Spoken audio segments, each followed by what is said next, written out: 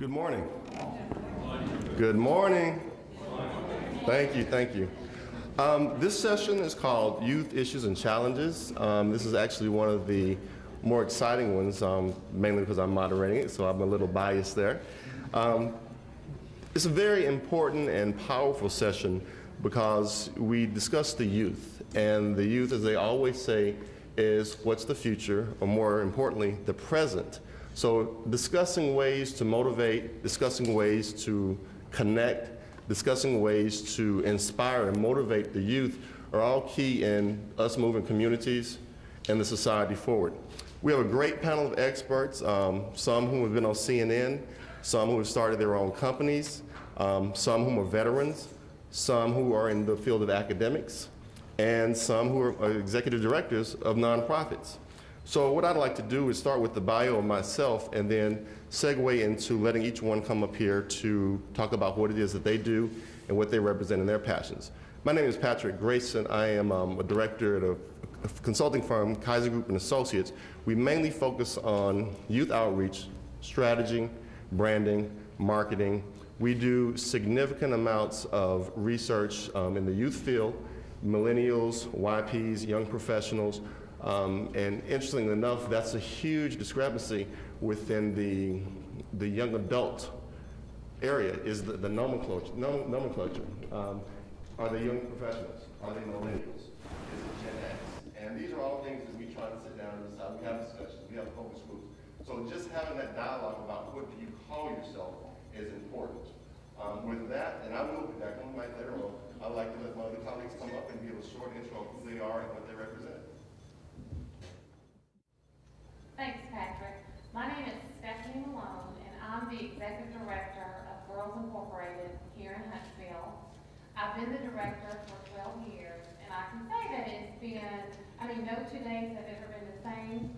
Our mission is to inspire all girls to be strong, smart, and bold. And so we had to further develop that. And really what we want for the girls to come to our program, we want them to be healthy, we want them to be educated, and we want them to be independent. And we do that through a variety of programs that we offer. We are very comprehensive in how we address girls and issues that girls face here in the community. Our strategic goal is to serve more girls with impact. We truly believe that girls that start with us in kindergarten and they stay with us through their high school years, they're just a core set of essential services that we provide, one being the programs, another being the caring adult. Also, opportunities and exposures that they typically will not receive outside of Girls Incorporated, all makes for them to be healthy, educated, and independent once they leave our program. We address self-esteem issues that girls face. We address obesity issues that girls may face. We do a lot of STEM programming, and I'll say that we had a robotics team for the second year on last year, and the first year we formed, and we didn't get our robot finished, but we went to the competition anyway, and last year we were the only all-female team, the only all-African-American team, and our girls finished 17th out of 64 teams in that first Lego League robotics competition. So we were really thrilled with that, and we couldn't do programs like that without the community support, and we really rely heavily on the university for students that come and tutor our girls, for engineers at Boeing and some of these other companies that come and work with our girls, because we don't really have the expertise on staff to do some of the things that we want to do. Like I was telling somebody, we just came off of a wonderful summer. We do our programs year-round. And so after school, we're heavily focused on academic. The typical girl that comes to us comes from a single-parent home, multiple siblings, headed by the mom with a household income under $30,000. So exposure and opportunity is really important for us. We partnered with the Missile Defense Agency and the Huntsville Museum of Art and did an engineering and 3D program this summer where the engineers would come to our center and introduce an engineering concept, and then the girls would go to the Museum of Art and create a kinetic sculpture based on the concept that they learned. And at the end, we had an exhibit, and we opened it up to the community their parents and their board. And that's one partnership that we have. Another program that we feel is quite successful is our College Bound program. And we take the girls really in middle school. And what we've done for the last 3 years is that we've gone and we've visited we've done all of our colleges and universities here, and we come on campus, we take them on campus, we let them see what the college experience is all about. We meet with the admissions office, we meet with financial aid, we meet with some of the students with the sororities and some of the activities. They go to the dorm because we want them to know what it will take for them in order to get to college, and how it's never too early to start making sure that your grades are where they need to be, and for them also to know what resources are out there to help them. And so we visited A&M, UA Huntsville, we've been to Alabama Auburn, Tuskegee, Alabama State, and this year, in a couple of weeks, they're going to Mississippi State. And so we allowed the girls to choose, and so they wanted to go visit Mississippi State, and we're working with the student recruiter here, and they'll go on campus, they'll go do everything I just mentioned, go to a ball game, and when they come back, we will have their workshop sessions based on that trip, and then we're also working with a young lady who's going to help them with their ACT prep. Because what I have found is that if you could provide the motivation and put it out there for them, sometimes they can't visualize, what they're really capable of achieving. They don't necessarily have that role model in the home. But what I did find out about my moms and our parents, and we do have a few single dads, and we do have kids that come from two-parent households, they're all hardworking and they all want what's best for their daughter. They may not know the avenues, and they may not be plugged in themselves on how to help them get there. We had a young girl that came to our program, and she started in kindergarten. I've told this story before, but I always like to tell it because it just reminds me and it keeps me motivated. And Ingrid came to us, and she was in kindergarten, and Ingrid has always been very focused on her grades, and her mom has always pushed her, and she had a mom and a dad. And she got involved, and it's funny because you can watch when they transitioned into middle school and some of the anxiety I felt about her going to middle school, and then as she transitioned into high school. But she graduated this May with a 4.2 GPA from Huntsville High, and she took the ACT 3 times, and she had a 26, 27, and 28. And she was getting scholarship money, scholarship offers, but she needed pretty much a full ride because her parents didn't have the resources. And she called me one afternoon, and she was in tears, and she says, "I just don't know what I'm going to do, Miss Stephanie. I don't think I'm going to get to go to college. All that hard work was for nothing." And I said, "No, we're going to stay encouraged, and a door will open." And a door did open for her, and she wanted to study electrical engineering. And the day before she left, she called me. It was a Sunday afternoon. She goes, "I just want you to know, Miss Stephanie, I want to thank you for everything that you and your team have done for me, and I'm going to make you all proud." And I'm going, and a group that we work with, they sent her off with a laptop and some other, materials and supplies that she's going to need for college. And so, I thought, God, that really makes it worthwhile, the work that we do. You want to, when they're younger, to just shake them sometimes because they're not getting it. This summer in particular, we look, and they come to us in the kindergartners. You can pretty much put anything out there in front of them. They're very excited and they're very eager, but the older they get, maybe 5th grade, they become very cliquish. They become, girls can be really mean to each other. And so we work on those soft skills as well. Conflict resolution, how to resist peer pressure, healthy relationships, accepting who you are. Because I told them, I said, if you're 10 and 11 and you don't know how to get along with each other, or you're mean and you're constantly trying to tear people down, when you become my age, you're not going to be successful and be able to work in the workplace and get along. I mean, there's always going to be someone that you don't agree with, and how you handle conflict is half the battle. And so I'm going to sit down, Patrick, because I could go on and on about it, but I guess the takeaway that I would like to leave is just the challenges, because I know we talked about that. It's just resources. Being a nonprofit, we're always looking for resources so that we can better serve the girls that come to our program. And then outside of the financial aspect, it really is the exposure and opportunities for these girls to see a life beyond what they see every day. So, thank you. Good morning. I went to Auburn, but it's okay to say go Bulldogs even. Is that all right? Go Bulldogs. Well, I am Deon Gordon. I'm from Birmingham, Alabama, and my background is in primarily technology, new media, social media, basically teaching people how to use those tools to use a kind of a cliched phrase, to revolutionize whatever it is they're doing, because it has so many, it's very applicable to just about everything that somebody could do, whether that is mentoring, whether that is teachers, how they want to connect with their students. And as far as the youth challenges, one of the things that I'm doing in Birmingham now, I've started some conversations with people who are doing the Birmingham Education Foundation. And what they're starting to realize is that if you give people the tools to connect, that they're eager, that they're more motivated to get involved with the schools, that they're more motivated they feel like they have ownership. And so one of the things that we're doing is basically using new media technology to integrate that conversation, to be able to allow them to have that dialogue, because a lot of times parents, they just don't have the time. Between PTA meetings and then their sons or their daughters' athletic programs, working 1, 2, sometimes 3 jobs, it can become almost insurmountable goal to be as involved in that child's life as that person wants to be. I've never seen a parent say, I don't want to.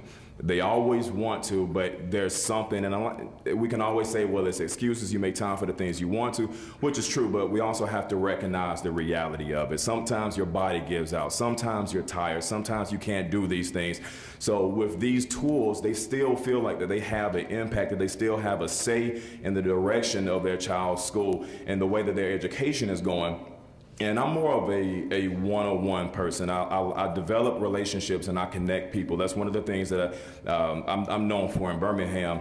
And there was a lady, and she actually had a kid. I'm big on mentorships, and she started mentoring this kid. And they went to a restaurant, Brio's, just this Italian restaurant over in Brookwood, and they sat down to eat. And the young kid took a bite, and he started crying.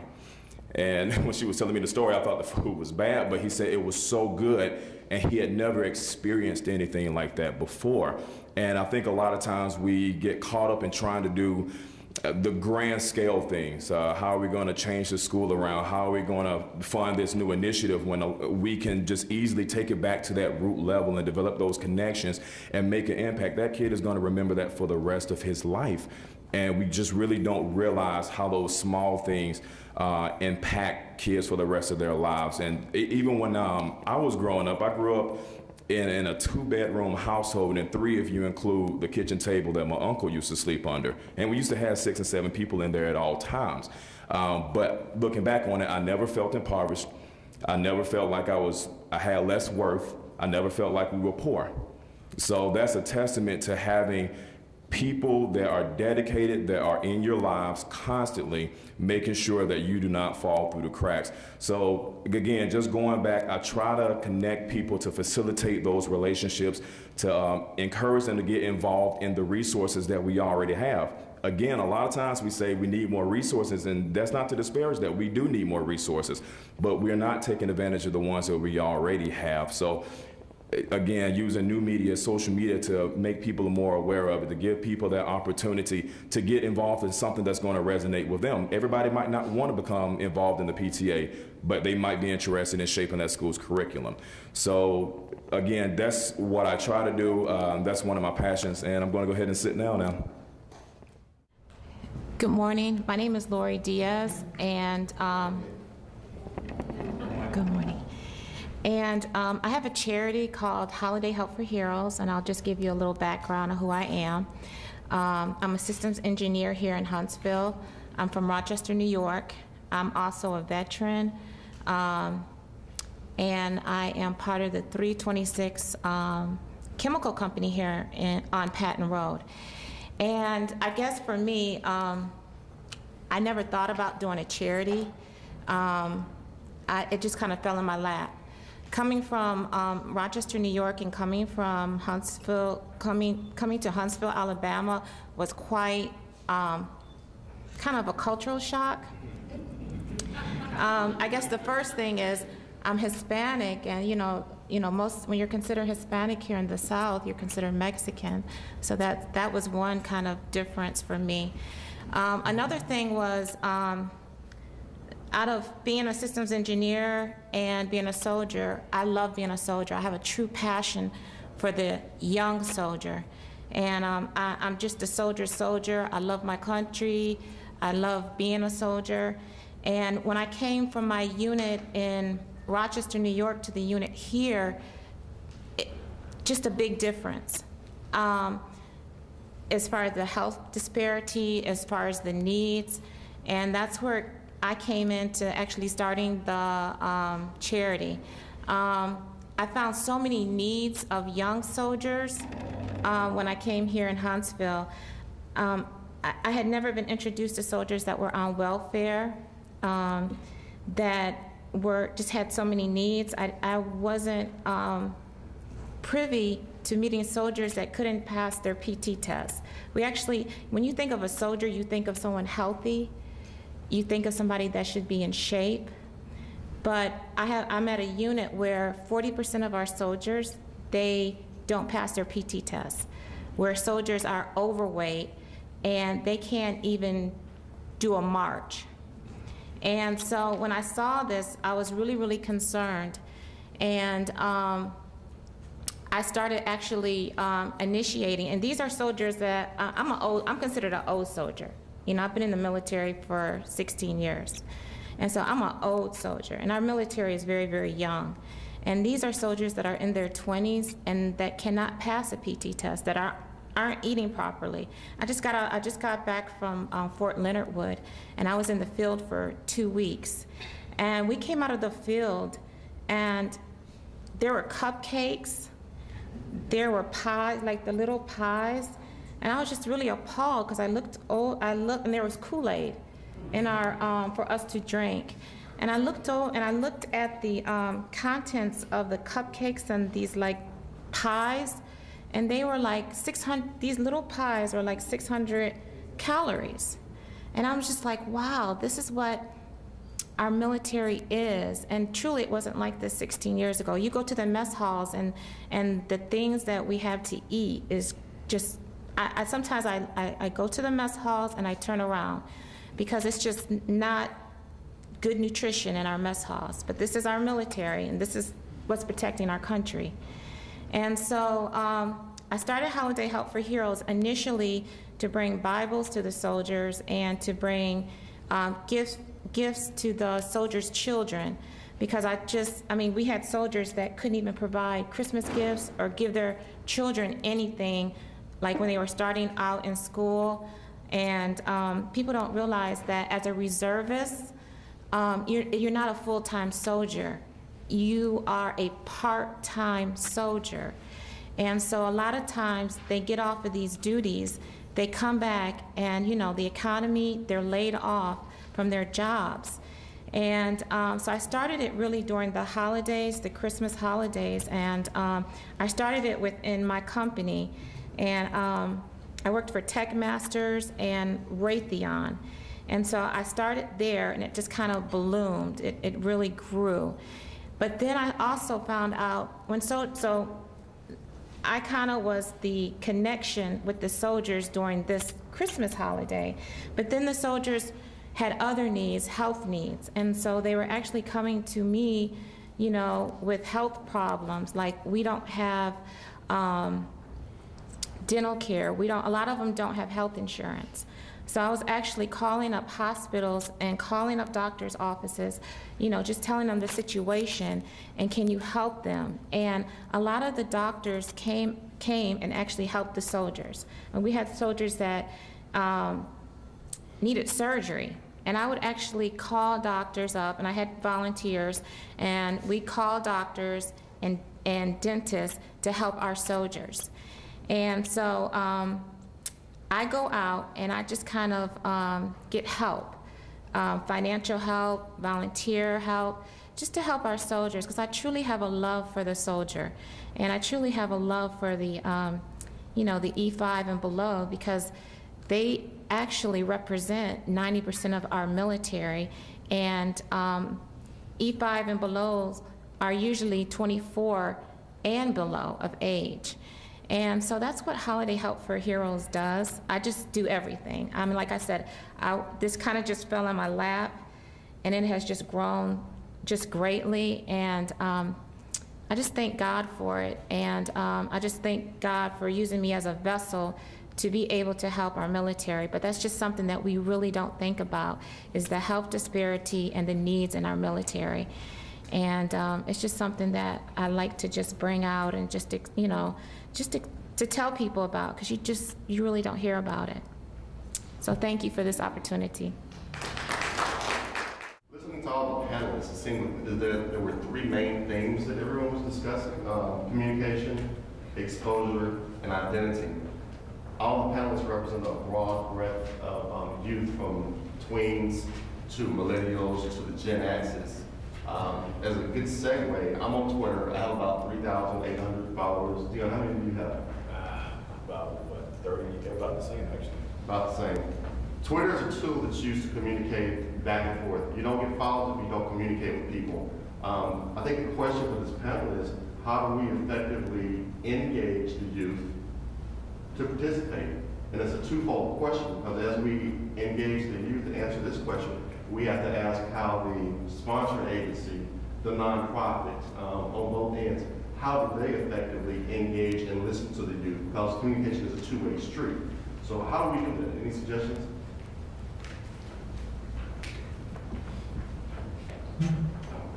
Well, as far as how to engage them, it's honestly pretty easy, especially if you're going to be using the tools and the technology that they're using. Now, there might be some folks in the audience who say, well, that's not going to be easy for me, but you know, that might just have to be a pill you have to swallow. But there are people in the classrooms now who are starting to allow Facebook, who are starting to allow Twitter, because that's where their students are. So I think there's an understandable knee-jerk reaction against allowing that to happen. But we have to recognize now that they're going to be using it regardless, so they might as well start using it for something that's going to be beneficial. We might as well start using it to connect with people. As far as the parents, or basically the adults go, I wouldn't necessarily try to reach out to individual students or individual kids for that matter. But different organizations, it might be easier to do, especially if it's a sports organization or something that's going to be of interest to them. Just a gentle nudge of, well, let me step back. How many people are on Facebook and Twitter? All right, Facebook only. Twitter only. Nobody's on Twitter. Wow. We got a couple, okay. And do we have anybody in the education field? Teachers or? We have a couple. Definitely get on Twitter, if for no other reason, to see what they're talking about. So you can at least be able to connect. Some of the stuff is going to disappoint you. Some of the stuff is going to blow you away. But that's not to say that to shy away from it. But you still have to, know what's going on in their realm, what they're doing, how they're doing it, what they're saying, if you really want to be able to make an impact, because that old model is going away. So I would definitely, especially if you're in the education field, I would definitely get on Twitter. And if you have any kind of interactions with kids, encourage them to start doing some of that stuff as well. And I remember the way I got started in the whole technology industry was when I was probably about 16 or 17, and I was in a high school frat, but we had a website we were starting, and so I took that project on. Had never done it before, and then I realized that I started enjoying this, and I just naturally took to it. Went off to college for architecture initially, but still had that web design, that whole kind of technology buzz within me, started my own company, and then the rest is history.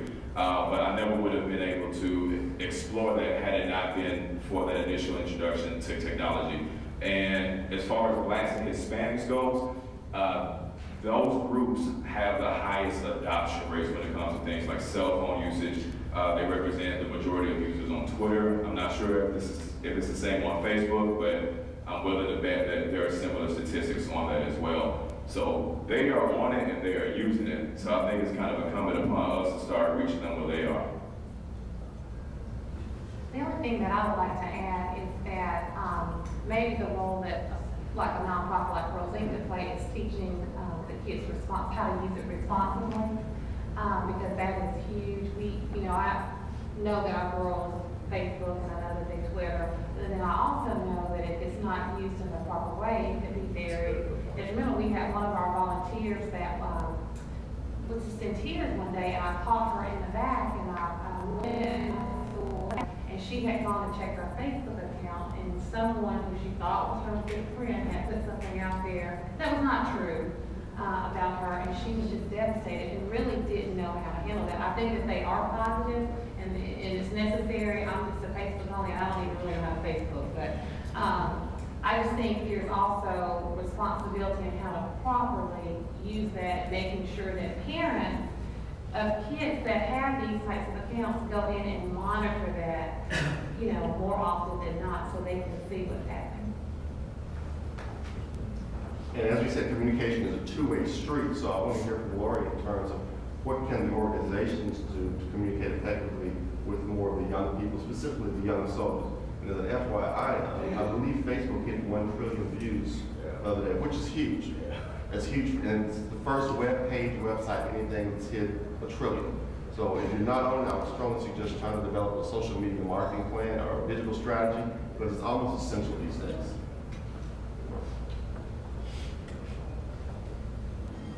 Unfortunately, like in the military, we're so monitored.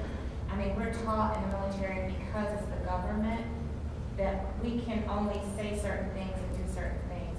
I can't wait till I can retire and just be a real advocate for the young soldiers. But I am even myself very, very limited on what I can say to the newspapers and the media, because I work for the government, and I am the military. But I guess just for someone like me, I'm like a voice for the military. I let people kind of know what's going on, and our American public just doesn't realize that we do have some we have some problems, and definitely with the cutbacks and everything that's going on right now in Congress, it's just really going to get worse. And I guess I'm just concerned about it because the liberties that we take so freely is because of the soldiers. I mean, we get out here, we protect, and we make the liberties and the freedoms that America has. We're there to take care of America. And so it's really, really hard to get to that young soldier.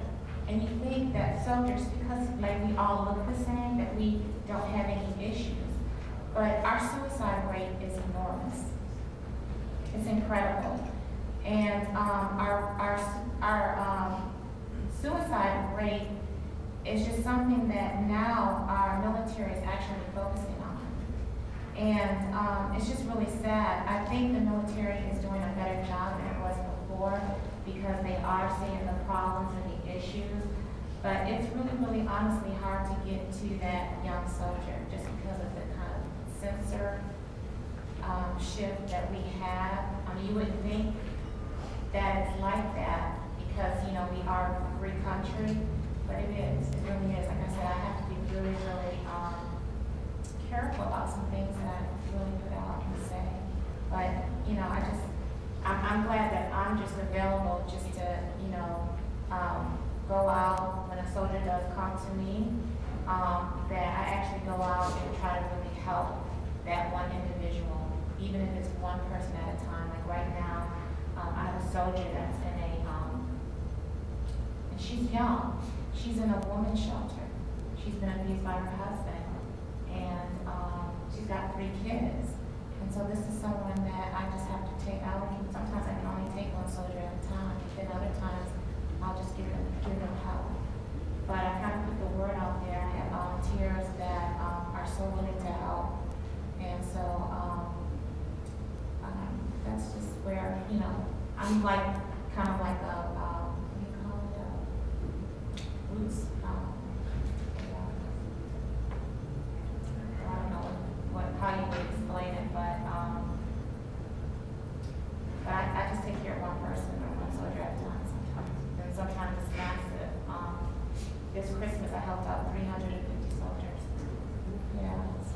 well, I can help them out, but the organization helps them out with the other volunteers.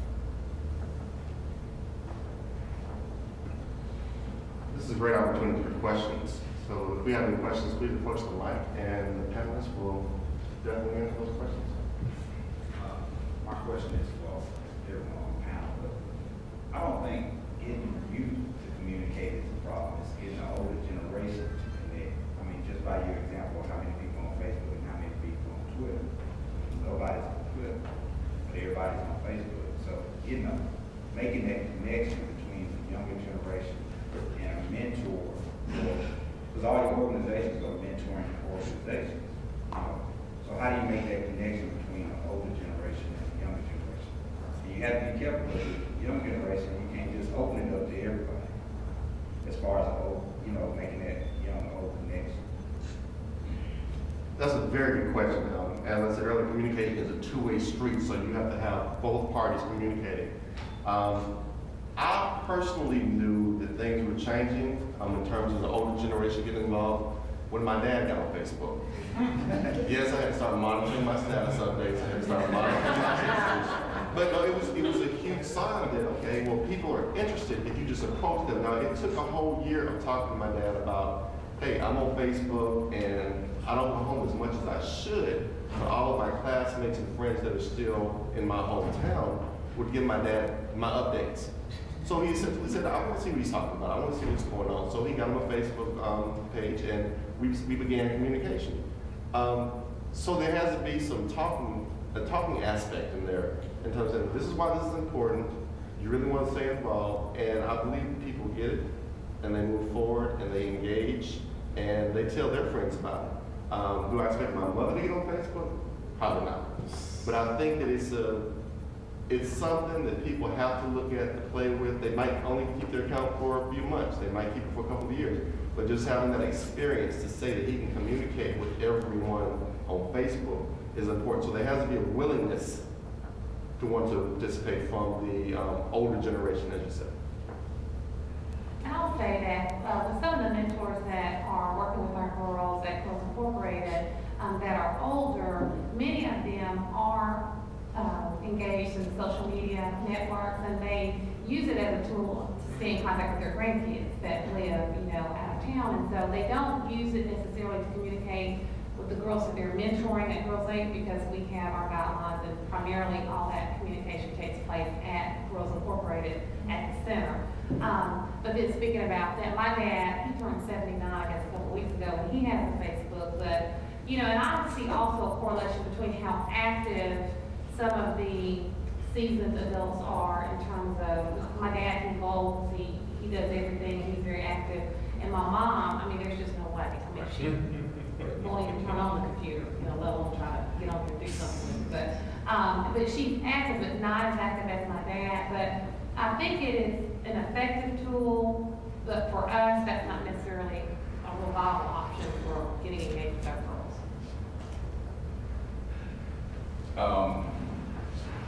As far as basically being able to get, first of all, my mom has not friended me, so I really, right?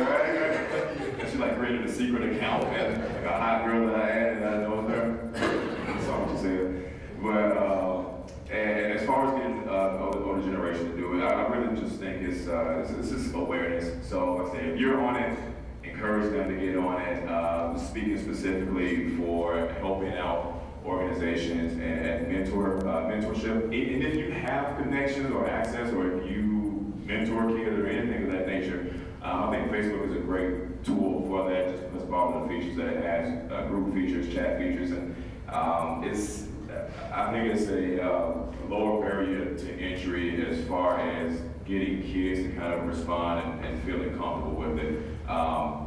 If you just added them as a friend on Facebook, I'm not so sure they would be that receptive, but if you facilitate basically those interactions that they're already having, I think that would be a good way to go about it. I'll just add from my experience, Facebook and Twitter, they're great, but I think hands-on is even better. Sometimes you just need that interpersonal relationship and just to take the time.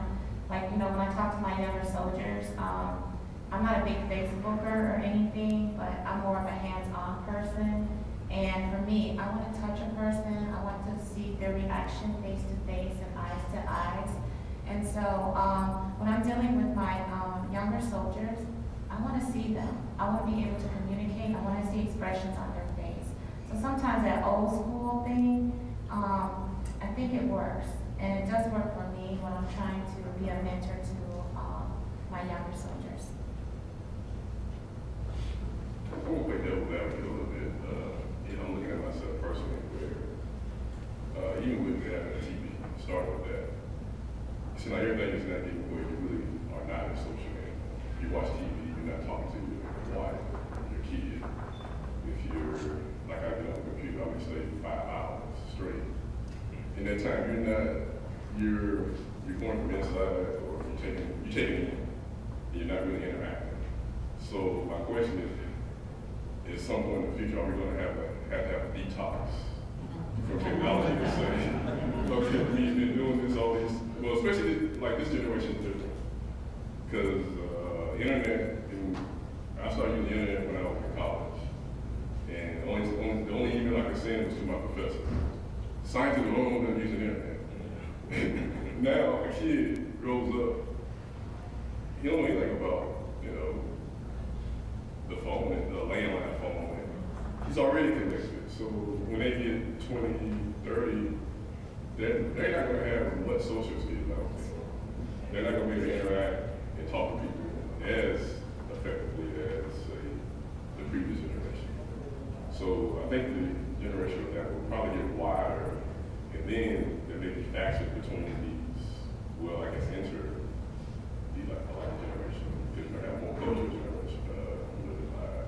Because you're going to be less social because they won't be able to talk to each other face to face and get that meeting of the minds. Because that's going to be lost at some point. So I'm playing devil's advocate. I think, to your point, as parents, we could have a lot of say-so in that in terms of limiting the amount of time that we allow our kids to be on the video games or even doing the texting. I know, for example, with my daughter, who's 14, she communicates a lot through text with her friends, and so I had her, one time we were going to try to get together, and she was going to text. I said, no, you call, and I want you to speak to the person and talk to her. And so I think that we can encourage, our kids. We limit the Girls at Girls Inc. I mean, they're not really allowed to have, we might have a technology day once every few weeks during the summertime, but we really don't allow them to, communicate that way with and we're very social. I tell them because I want them to learn those relationship skills, and so I said, this is a sisterhood, here at Girls Before, we're there to support each other, and so we do a lot of communication, but there is always that from even some of our parents, why can't she have her cell phone, or why can't she have, I said, because, she can have that outside of Girls Inc., and when she's here, this is what we're going to be doing, and we will allow occasionally.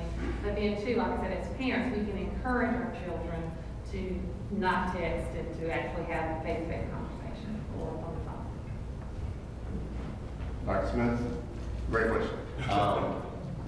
First of all, I'm a huge proponent of finding solutions for the digital divide. The digital divide basically is the lack of resources in teaching Hispanic, Latino, Asian youth of color, getting them engaged in technology. So, I'm all for pushing that because young kids of color need to be exposed to this technology, and they need to be up in the game, and they need to be moving forward because they're left further and further behind. It all goes back to the parents in terms of teaching them how to do those old school things that we used to do, talking on the telephone instead of texting, going to see someone instead of Facebooking them. As oxymoronic as this is, one of the most popular tweets I had was, when was the last time you wrote a letter? And I had about 30, 40 people just jump in on that. And I had to think to myself, when was the last time I wrote a letter? So I made a point to start writing thank you letters for things and to start communicating people via letters. But I don't know how many was the last time people here wrote a letter in the past month? If you've written a letter in the past month. Okay. If you're under 30 and have written a letter in the past month. Okay. Well, it's a huge difference there. And that's something in terms of the people under 30. that we might want to get back engaged to do, because if we don't do it, it's almost like a lost art.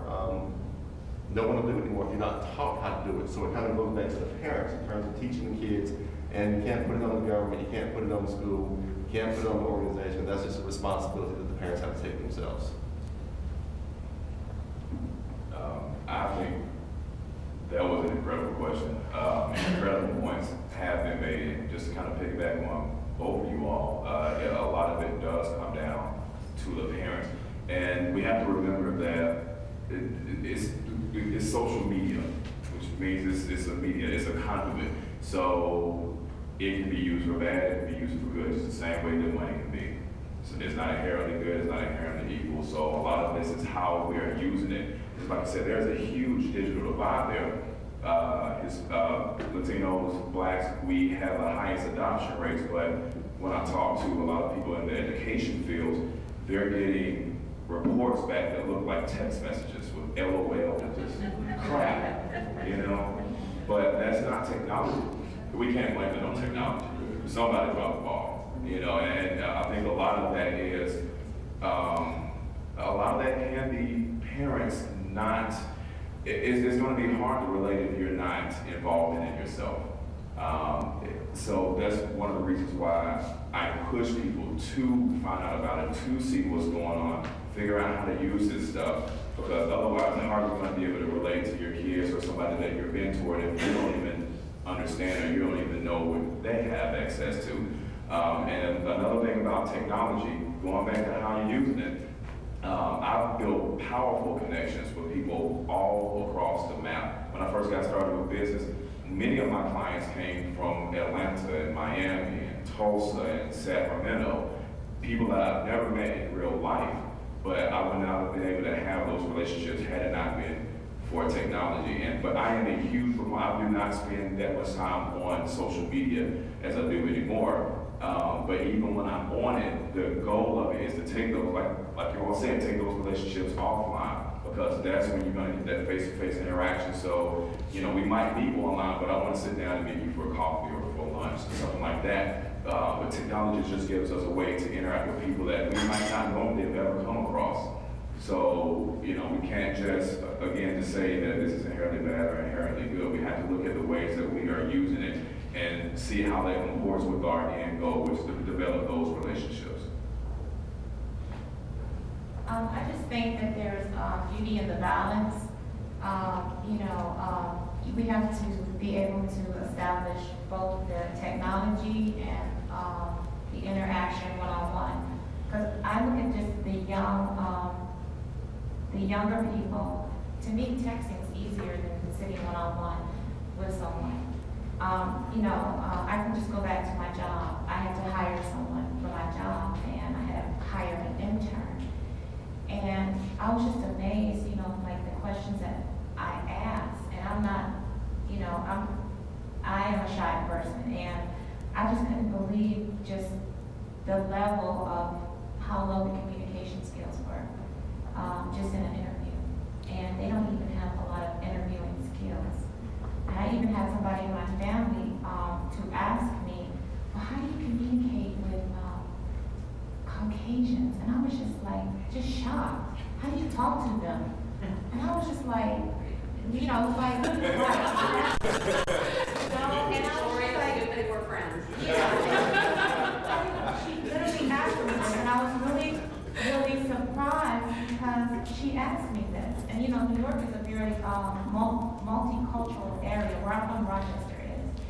And I was just blown away. But sometimes we get in our little groups, and a lot of times, I can't say just Latinos and blacks, because it's people or young people in urban areas, and they communicate with the dog, I don't even know how to talk it, Ebonics or whatever.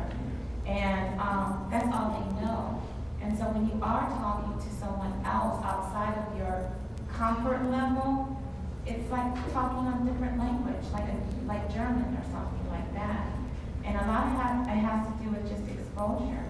I thank God that I was in my parents exposed me to different cultures, different peoples. I didn't have a choice. The area that I grew up in, I went to Catholic school. And Catholic school, everybody, it's just based basically even levels of Catholic schools that are, the education is lower. I mean, believe it or not, you think because you go to a private school, it's a good private school. All private schools are not on the same level. And so, you know, sometimes you're in your own little area and you talk your own little language. And sometimes these younger people, that's all they know. So I just think it's exposure. I'm gonna jump up. I probably don't need the mic. I'm Wendy Kegler. I work here at the university, and you are new to me, but I know the rest of the panelists. And I thank you for really tackling the subject of social media. What I'm hearing all of you say is talking about responsibility. So just the last 2 weeks, I've been communicating with my peers at the University of Georgia, at Howard, and at Prairie View, and we've been talking a little bit about social media. What are the policies? And in fact, someone just responded from the University of Huntsville and Fairbanks, and I'm trying to take a look at this. There are professors here at the university, just a handful, that are using social media to communicate with their students, and I've been talking with them a little bit about what they're doing. But what I would like to know is, where do you get your tools from? What are your online resources that you're going to sort of shape what it is that you're doing? And if you wouldn't mind sharing those with me. And like I said, Lori and our friend, she approached me today and she reminded me of how we met, and you do great communicating. Well, just to kind of preface this, that's a great question, because I know a lot of people don't want to get involved with this stuff because they feel it's a time cycle. But if it's not exactly. If you set up a plan, or if you're using the right tools, it really doesn't take that much time. So let's just say if it takes a minute for you to send out a message to Twitter and Facebook, if you use the right tool, then you can send it out to both of those and cut the time down in half, to say something like that. Some of the tools, Hootsuite. So Hootsuite is Hootsuite. And it basically kind of serves as an aggregator. It will take your Twitter feed, your Facebook feed. Basically, you identify the social networks that you want to keep track of. You can give it its own window, so you don't have to keep checking your phone, things like that. You can set it up to where you post to Twitter, Facebook, MySpace, if anybody is still using that. LinkedIn, which is cute. I'm still using LinkedIn. Don't own them for that. I probably still have my Black Planet account. I'm LinkedIn, Twitter, and Facebook. You on it too? LinkedIn. Oh, okay, right. And a lot of people are using LinkedIn, so you can use it for that as well. Another one is Seesmic, SEESMIC.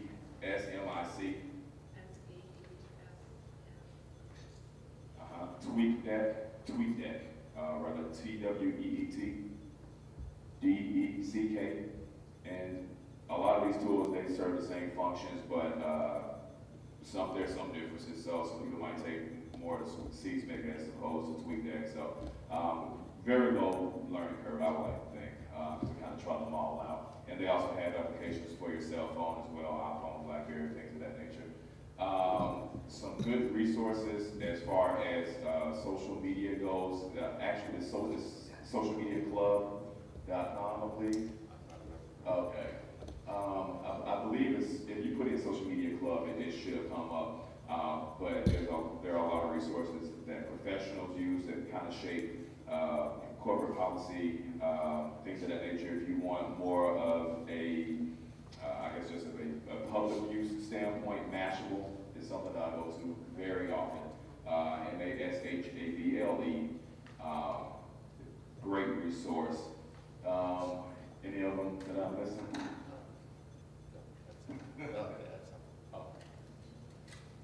One of the things that I think we'll do after this session is kind of put some notes available for everyone, because these are great questions and these are great resources.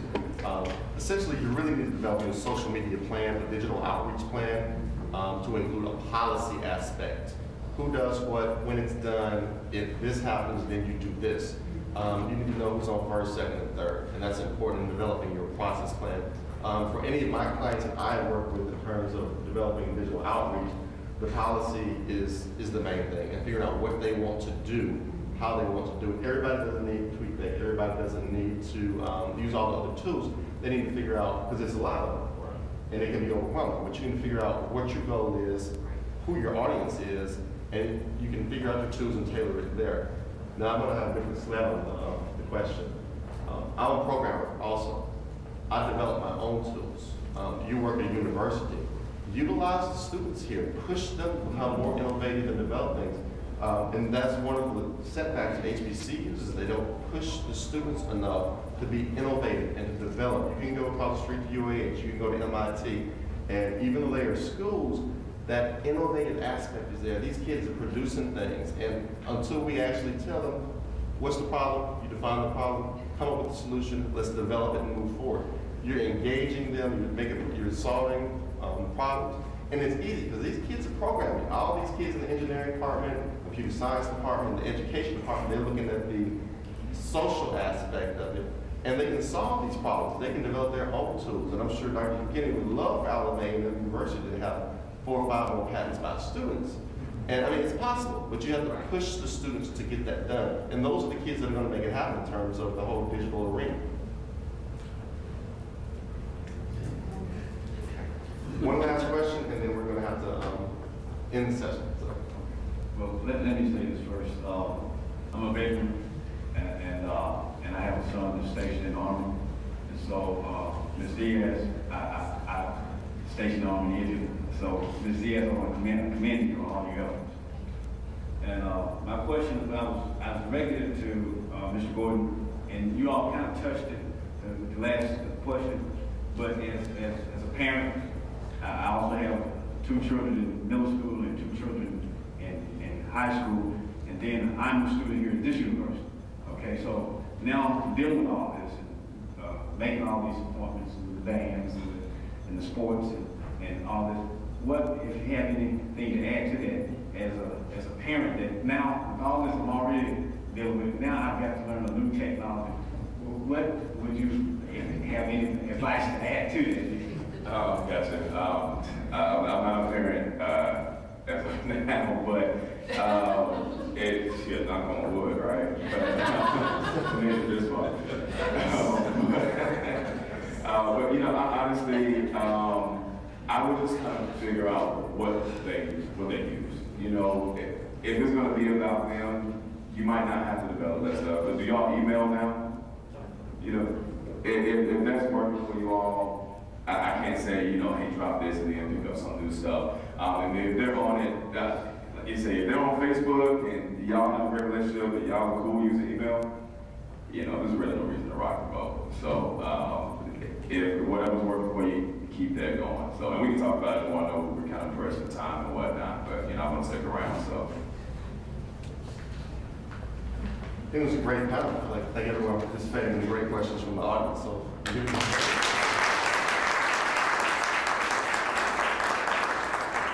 And just in closing, I think the 3 things that were mentioned here today were exposure, involvement, and understanding and communication. And what we're going to try and do is type up the notes from these meetings, including the resources, and put them available on the Community Leaders Institute website for future reference. So at this point, I'd like to hand the program over to Tony Smalls.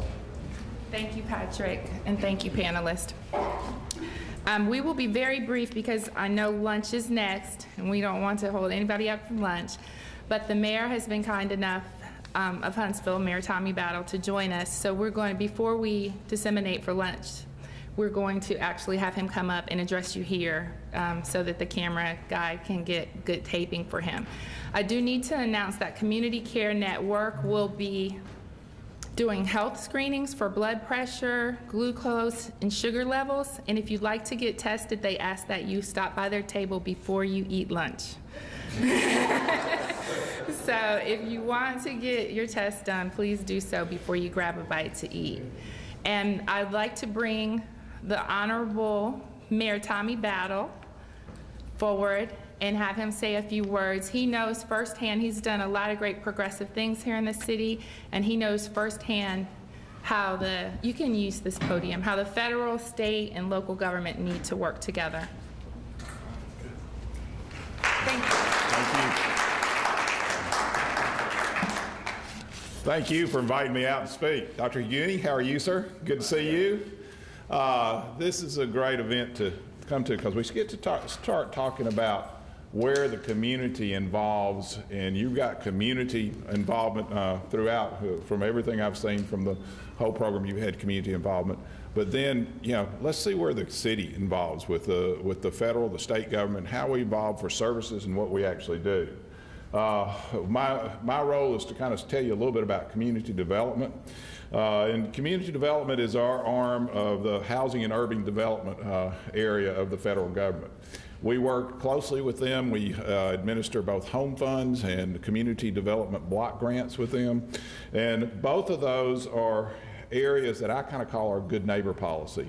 That's where we step into neighborhoods and we try to bring the level of living up in that neighborhood. That's where we try to fix neighborhoods. That's where we try to also put money in areas that help with everything from the Disabilities Act, American Disabilities Act, to helping economically in low-income areas, and also to help with housing and the housing issues that are facing us, everybody every day. So that's what we do in our community development area. Last year, I think we spent something like $1.4 million in funding. About $800,000 was home funds, about $600,000 was CDBG grants. And out of that money, we were able to really do what you're supposed to do. We were able to make communities a little bit better, make neighborhoods a little bit better. You had what we call the Neighborhood Stabilization Program. The Neighborhood Stabilization Program was to go into low-income areas where we had foreclosed houses, because foreclosed housing has been a problem throughout neighborhoods throughout the United States. Pick up those houses, rehabilitate those houses, and then sell them on the market to somebody who was in the low to moderate income area. When we started doing that, what you end up with a community and a neighborhood, you start picking up that neighborhood. Most of those neighborhoods have not had houses sell in them for probably the last 2 years. All of a sudden you come in, you fix up a house, you sell it, and you all of a sudden have comparable sales that you can compare to so other people can sell their houses. And all of a sudden you can show what the value of housing is in that area. We also have what we call our code enforcements, and I call them the good neighbor policy. The code enforcements are the guys who go through the neighborhoods, and they make sure that, that neighbors treat neighbors alike and treat neighbors right. You know, one of the worst things in the world is to have a neighborhood and you have 6 houses on the street. Everybody takes care of the yard, everybody takes care of the house, and there's one person. There's always that one person. And that one person sits there, and a lot of times it's a rental house. But that person doesn't take care of their house the way that everybody else does. They let the grass grow up about 6-8 inches, maybe 2 feet in the yard. They let their house start to fall apart a little bit. You see chipping paint. You might see some sagging beams and things like that. And you start looking at that, and what does that do to your neighborhood? That devalues your neighborhood. That takes your value down of what you're doing with your house and making your house look nice and trying to have a good environment to live in. That devalues what you're doing.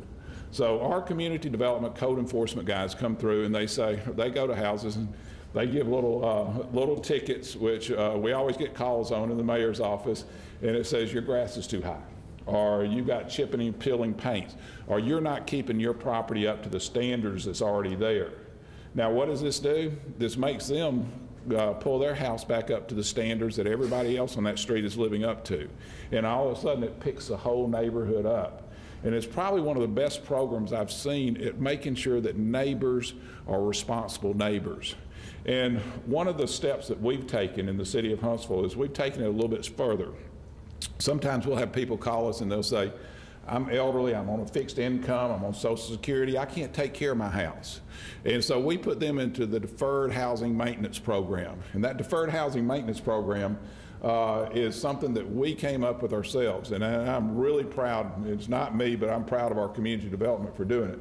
Because the guys went out there and they would give a ticket, and a little lady who's retired and elderly would say, I can't fix this up. I'm not physically able. I don't have the money. My budget is very, very limited. And so the guy said, what can we do for these people out there who we're having to give tickets to, because that's the law. We want them to be able to bring their property up. We want it to be just as good as other property in the neighborhood. And so they decided to put together the Deferred Housing Maintenance Program. And they go on a list, and then we'll have people come in who are volunteers from the community. There'll be world changers, so they're volunteers from the community. They'll go out, they'll help them fix up their house. They'll put a roof on it. They'll paint the house. They'll do all kind of modifications on that house so that that house pulls up to neighborhood standards. And it's a great program. We also have community changers, which comes in one week every summer. And these kids pay $140 each to come sleep on the floor at Johnson High School, but to go out in the neighborhoods and to fix up houses of people on deferred maintenance. And 99% of them are low-income elderly folks who just need some help. And then all through the year, we work with our deferred maintenance. We work with churches. We work with civic groups. We work with volunteers, and we start picking those houses up. And it's just a good way that we as community development can help pick up a neighborhood, but also we can make sure that that neighborhood, that we're doing our part too, and we're doing our part as we come along. We also do some things to community development. We give $17,000 a year to the homeless group, First Stop, because that's one of the charges, is to take care of the less fortunate out there. And you'll find most of those people who are homeless are not homeless by choice, but they're homeless because of some mental illness or some addiction. We also step out and we do some other things. We give $200,000 a year to the Boys and Girls Club. And that is one of the greatest programs. Last Wednesday night, if y'all missed it, Gene Stallings came and talked about the Boys and Girls Club, and it was a great crowd. But Boys and Girls Club is primarily in our low-income housing areas, in public housing. And they work to take the kids after school and to provide mentoring, to provide tutoring, to provide things that the kids really need, just to see a role model on how people can pick themselves and pull them out of poverty situations. One of the greatest programs that you can ask for. And they do it at Farley Elementary, they do it on Seminole Drive, they do it throughout. And the community helps too. And that's the great thing about that, is that we have community help coming in. So we use that federal dollar, we have the community, local governments to do it, then community help comes in. And we do the Kaboom Playground, where in one day we've built a playground for the Boys and Girls Club in 4 hours, really, and we had about 200 volunteers out there doing that. This year, one of the leadership classes came into the Seminole Drive area, and they built a playground on the interior portion of the Boys and Girls Club, so that those kids would have a place to play, a safe place to play, in a safe environment that they could work into. So that's some of the programs that we're administering through the CDBG grants and through the home funds. We also administer money through the home funds for those who want to have home ownership. We firmly believe that home ownership ought to be available to everybody. We can offer a $5,000 down payment assistance to low-income and moderate-income people who qualify to buy a home. And they can qualify to buy a home. We can provide some low-income assistance there. I think we allocated $300,000 a year to that program, and that program is a very successful program. Through that, we do counseling, because counseling is very, very important for people who are first-time home buyers. They really don't realize what it takes to be a homeowner, that you got to get that lawnmower, that you got to go out and you got to edge that grass, that you've got to do some of those programs. But that is some of the most important things that we do. Also, through some of our CDBG funding, we provide for CASA. And if any of y'all have ever participated in the CASA Temps program, that's where we go out to houses, and we go out to mainly elderly, low-income houses, and we weatherize them for the winter. That helps them keep down their utility bills so that they can make it through the winter, a lot of them. And if any of you have ever gone out, it's a more rewarding program for us who volunteer than it is for those who you're serving, because they are some of the greatest people that you'll ever meet. They're just people who need a little helping hand, and that's what our community is about. And that's what community development is about, giving a helping hand throughout the area.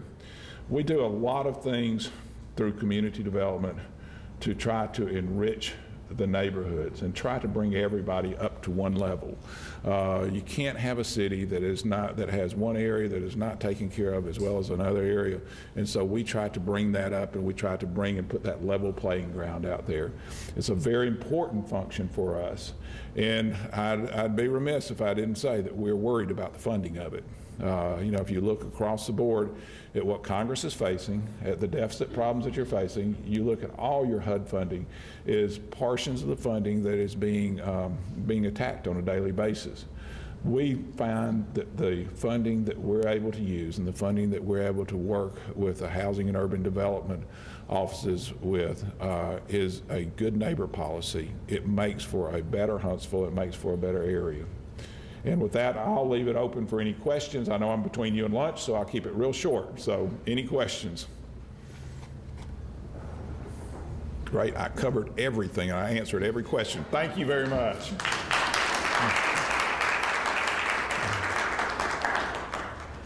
Thank you, Mayor.